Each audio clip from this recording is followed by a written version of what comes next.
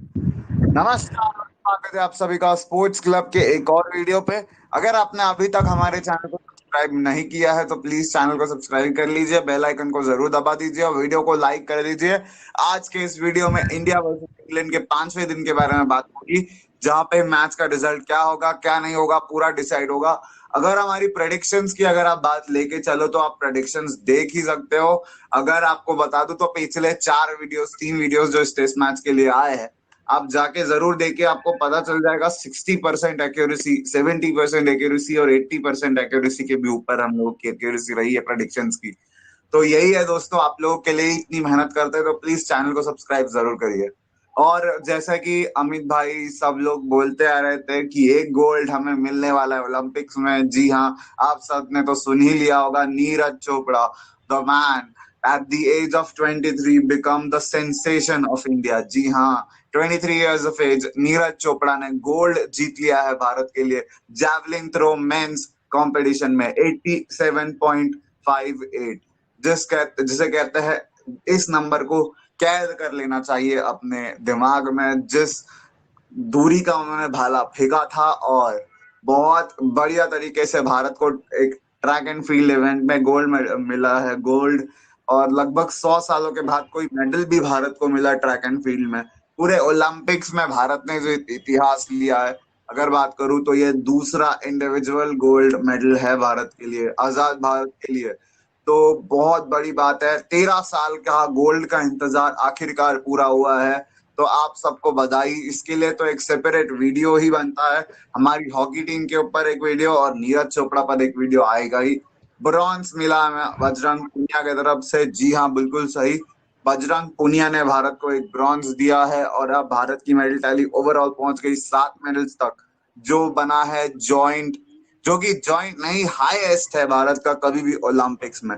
तो जैसे एक प्रेडिक्शन आ रही थी कि this will be the best Olympics for India, 15 की प्रेडिक्शन हमने शॉर्ट करते करते 10 कर दी, 10 से 7 ही हुए। लेकिन देखिए, मेडल्स हमें मिले हैं, बहुत बड़ी बात है। 7 मेडल्स ओलंपिक्स में लेना बहुत बड़ी बात है, 4 ब्रॉन्ज 2 सिल्वर्स और एक गोल्ड।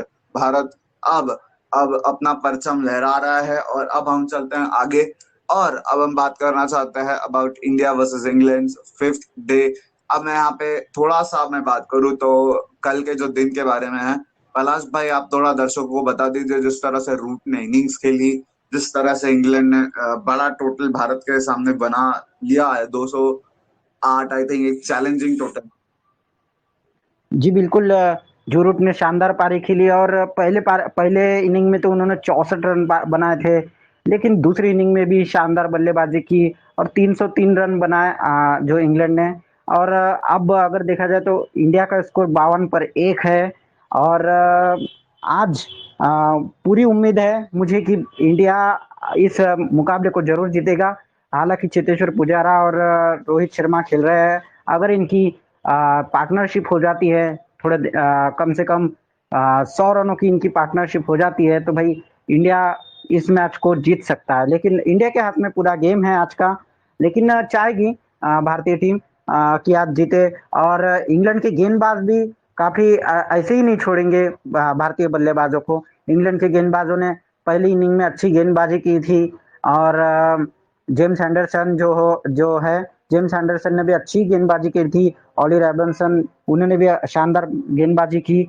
लेकिन इस बार जो पहला विकेट है भारतीय टीम ने जल्दी खो दिया है केएल राहुल के रूप में। अच्छी गेंद पर आउट हो गए थे केएल राहुल। लेकिन शानदार मुकाबला चल रहा है। तो आज चाहेगी इंग्लैंड, अगर जो शुरुआती आधा घंटा का जो खेल है उसमें थोड़ा सा धीरे भी खेलता है भारतीय टीम, अगर धीरे भी बल्लेबाजी करती है तो कोई प्रॉब्लम होगी नहीं। और बैटिंग ऑर्डर में मैं थोड़ा सा बदलाव देखना चाहूंगा। अगर यहाँ पर कोई भी बल्लेबाज आउट हो जाता है तो मैं दबाव डालने पर गेंदबाजों को प्रेशर में रखने के लिए मैं ऋषभ पंत को भिजाना चाहूंगा या फिर रविंद्र जडेजा, क्योंकि इनमें वो काबिलियत है। भाई पलाश भाई, उसके बारे में हम सेपरेटली बात करेंगे। मेरे हिसाब से अभी हमें आगे बढ़ना चाहिए। फिलहाल के लिए आपकी बात को इंटरप्ट करने के लिए सॉरी। तो अब हम आगे चलते हैं। स्टॉलिन भाई देखिए, बॉलिंग बढ़िया नहीं रही भारत की। शुरू में जब जॉनी बेस्ट और जो रूट की साझेदारी लग रही थी, ऐसा लग रहा था कि हमारे बॉलर्स डोमिनेटेड हो रहे हैं। और उसके बाद जो पार्टनरशिप डैन लॉरेंस और जो रूट की भी हुई थी, आई थिंक थर्ड विकेट के लिए, if I am not wrong. Dan Lawrence आए थे नंबर 4 पे या फिर कोई और? नंबर 4 पे आई थिंक जो रूट नंबर ही थे, 4 बट पे आए थे गुरुट है नंबर 4 पे। हाँ, नंबर 3 पे इंग्लैंड के डैन लॉरेंस आए हुए थे, तो 3 शायद पे जैक डोमिनिक क्रॉली थे, नंबर 5 पे बेस्टो, नंबर 6 पे डैन लॉरेंस। नंबर 6 पे डैन लॉरेंस आए थे। तो जैसा कि हमने बोला कि जैसे जो रूट, और उसके बाद एक टाइम पे 46 पे 2 हो गया था इंग्लैंड, जहाँ पे जैक क्रॉली और रॉरी बर्न्स आउट हो चुके थे, और फिर उसके बाद डोमिनिक सिबली और जो रूट की पार्टनरशिप, उसके बाद फिर जो रूट और जॉनी बेस्टो की पार्टनरशिप, उन दोनों ही पार्टनरशिप से भारतीय गेंदबाज जो है बैकफुट पर आ गए थे। उसके बाद तेजी से विकेट्स मिली भारत को, खासकर जसप्रीत बुमराह का वो 5 विकेट का हॉल। देखिए, काफी हो सकता है कि हम लोगों ने बहुत आलोचना ही की थी उनकी जब ये मैच स्टार्ट नहीं हुआ था, जब स्टार्ट होने ही वाला था, तो हमने बोला था कि ये सीरीज उनके लिए करियर करियर डिफाइनिंग होने वाली है। अब सीरीज में अपना अच्छा प्रदर्शन नहीं करते हैं तो शायद बुमराह का करियर खत्म हो जाएगा। लोग ऐसा बोल रहे थे कि करियर खत्म हो गया, और वो काफी सारी theories भी आई थी। जी, लेकिन बुमराह ने शानदार पर गेंदबाजी की जैसे थी, कहते 4 हैं, विकेट। जी, जी। अनमोल जी, आपका संपर्क शायद हो नहीं पा रहा है।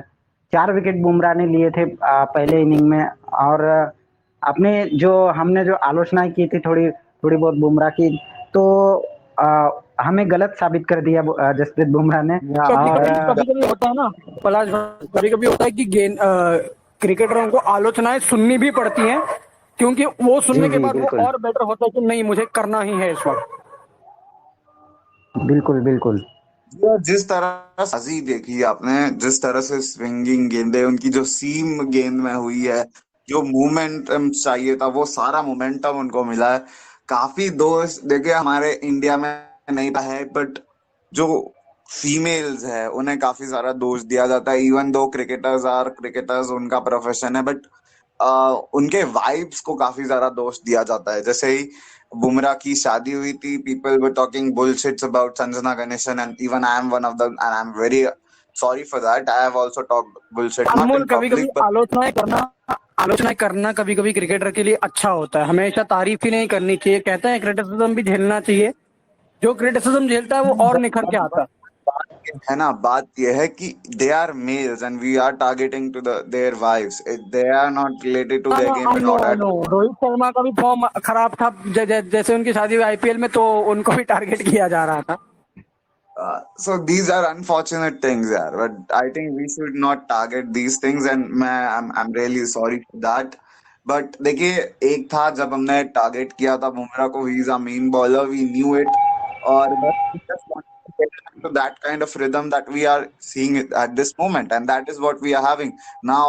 He's destroying the England tail, middle order, top order.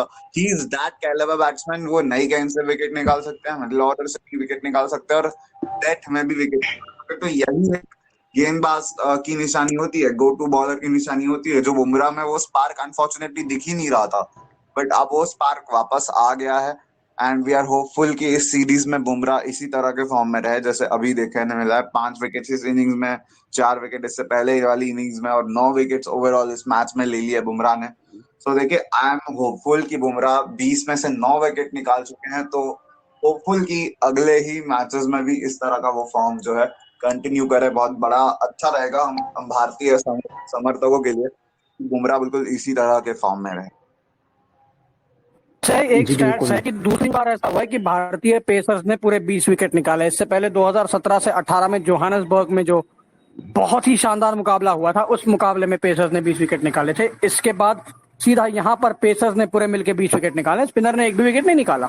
Shardul Thakur को नहीं भूलना चाहिए, उन्होंने डैन लॉरेंस और जॉर्ज बटलर को बहुत ही सुपर्ब डिलीवरी के साथ आउट किया, और बहुत ही मेन वक्त पे आउट किया जिस वक्त जरूरत थी विकेट। देखिए, शार्दुल की तो हमने बहुत बात कर ली है। वो जब जरूरत होती है तब आते हैं, 2 विकेट निकाल देते हैं, और 1-2 ही ओवर्स में निकाल देते हैं। ऐसा नहीं कि लंबा स्पेल डालते हैं उसके बाद 2 विकेट मिलते हैं, but he is that man की गेंदबाजी पे आया और 2 विकेट निकाल लिया, अपना काम कर दिया, खत्म। तो is that kind of calibre player. अभी हम आगे चलते कोहली देखिए ने थोड़ी सी गलती कर दी, उनको गेंदबाजी थोड़ी सी कम मिली, rather than Siraj, Bumrah and Shami.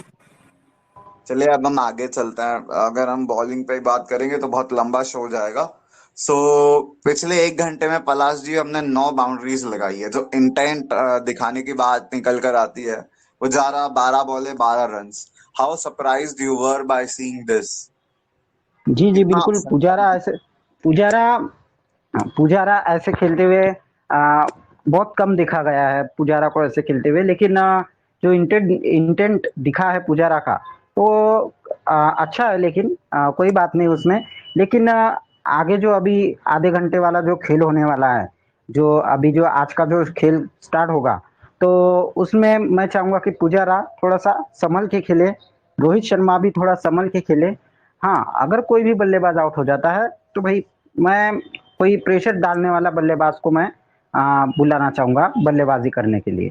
आपने बोला ऋषभ पंत को आप चाहते हो कि नंबर 4 पर आज बल्लेबाजी करे अगर आधे घंटे के अंदर अंदर भारत कोई विकेट खो देता है तो?